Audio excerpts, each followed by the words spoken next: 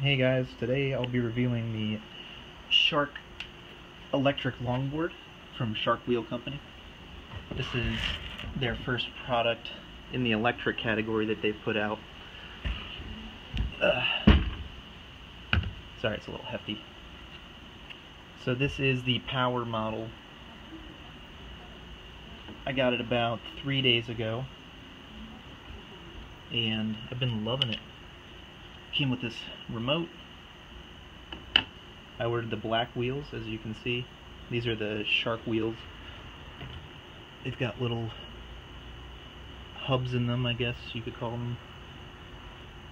Seen this in some other wheels like the orangutan kegels. I guess it's supposed to save weight or something, make it more aerodynamic. The back wheels have this nice hub on them with the nice detail.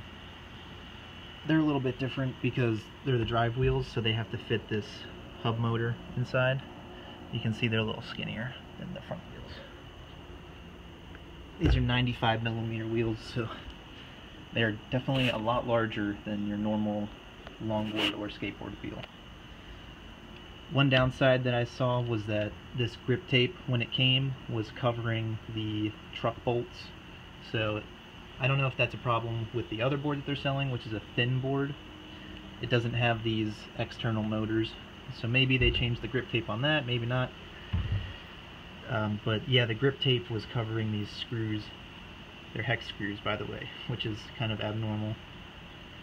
But you will have to cut out holes here if you want to access the trucks.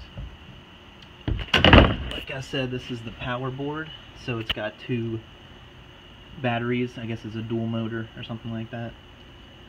This is the main battery unit.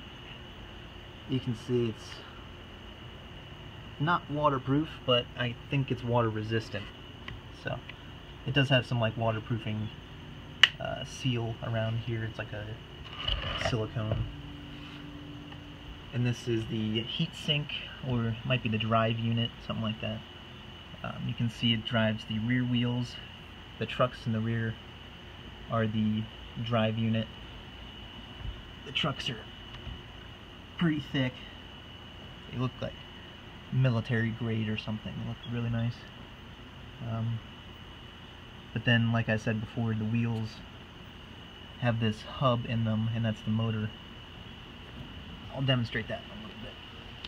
But there's a charging port here, power button here, logo, and then the front trucks, they're more like regular trucks, normal, you know, normal longboard trucks.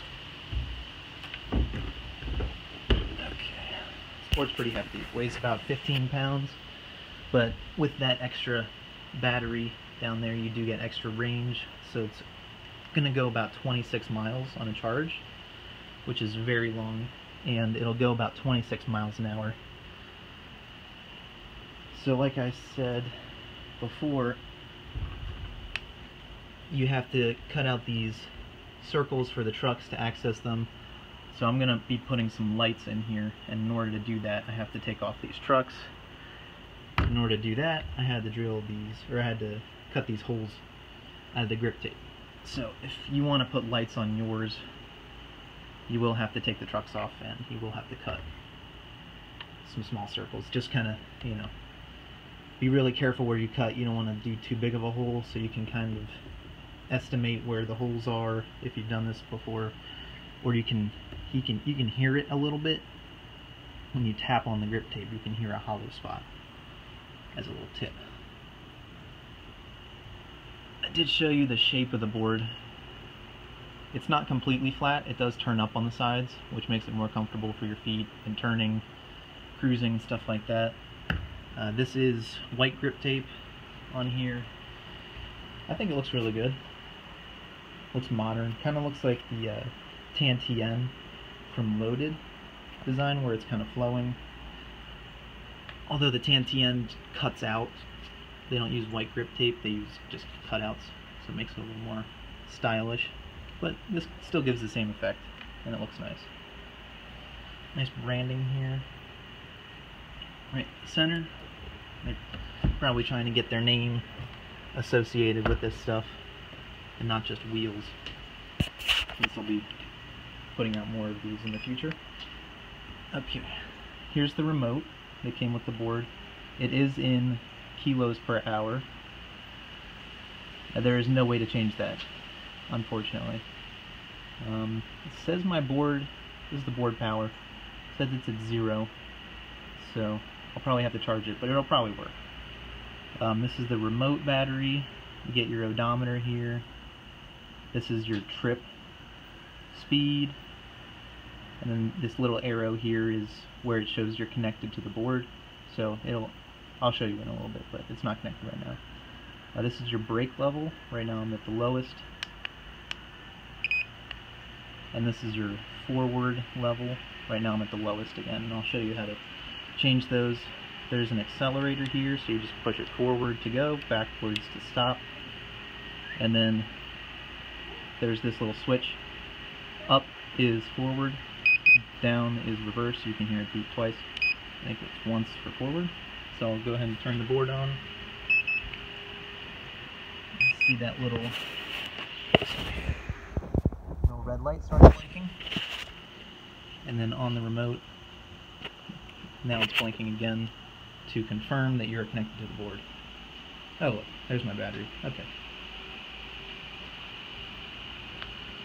you can see I've ridden it apparently 8 kilometers. I live in America, so I use miles per hour, and I'm not 100% sure on the conversion, but I think it's about 1.5 times, maybe 1.6 times into kilometers an hour versus miles per hour, so this would probably be about 4 miles,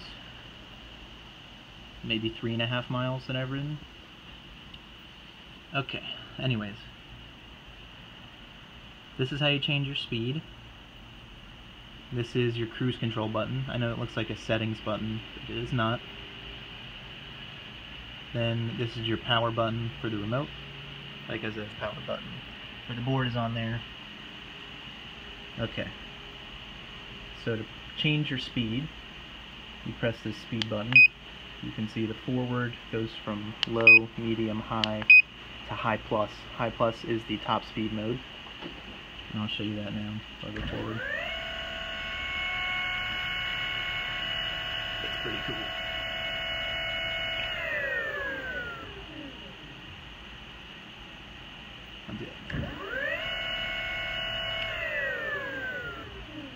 So you can see it got up to about 38, 39 kilometers an hour. I did get it going to 42, but it did have a full charge. So now that it's at 3 bars, it does go a little slower, I think. The way you change your brake mode is by putting into brake and then selecting the speed. You have to hold the brake down to do that. So you can see it's cycling between 1, 2, 3, and 4. 4 being the most aggressive and 1 being the least aggressive. I prefer 1 because when you put it on 4, it is a very abrupt stop, and it makes it harder to time how far it's going to take you to brake. 1 is a nice steady braking, but I can see if you were a heavier person, you might want a higher level of braking because there's more mass. Okay, and yeah, I think that's about it that I can show you here. I guess I can show you some braking. So that's brake 1. And I'll do brake 4 now. That was brake 4. As you can see, it's pretty aggressive. I was cruising around in low. It goes to about 7 miles an hour, something like that, in low. And then you get up to high plus, and it goes over 20, up to 26. I mean, it gets fast. Downright fast. It's scary. But yeah, maybe I'll film some riding later so you guys can see how it rides. But so far, I'm really liking it. Looking forward to getting the wheels nice and broken in. they're pretty much brand new, so, you know, I only have 3.5 miles on it, something like that. And I'm looking forward to getting those lights in, getting the shred lights, so they'll be coming in pretty soon. The ride height, I don't think I talked about that yet. It's a little higher than I'm used to, because I have a drop-through deck in my regular longboard, and this deck sits on top of the trucks instead of the trucks sitting in the board. So that's something I haven't gotten used to in a while, so still getting used to that. It's comfortable. You can hold the brake, that way you don't move around. It actively keeps you in place, which is really nice, especially if you're a beginner rider and you're not too comfortable on it. You can hold the brake down and it'll make it easier to move around while you're getting used to how it feels.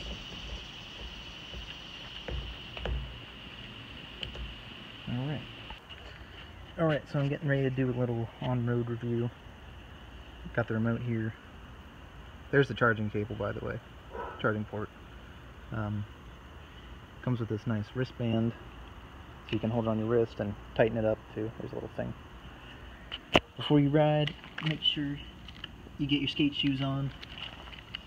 Don't wear no loafers or sandals. This thing goes really fast, and you do not want to be caught. Okay, also get your helmet on. Protect your head. And we'll get started.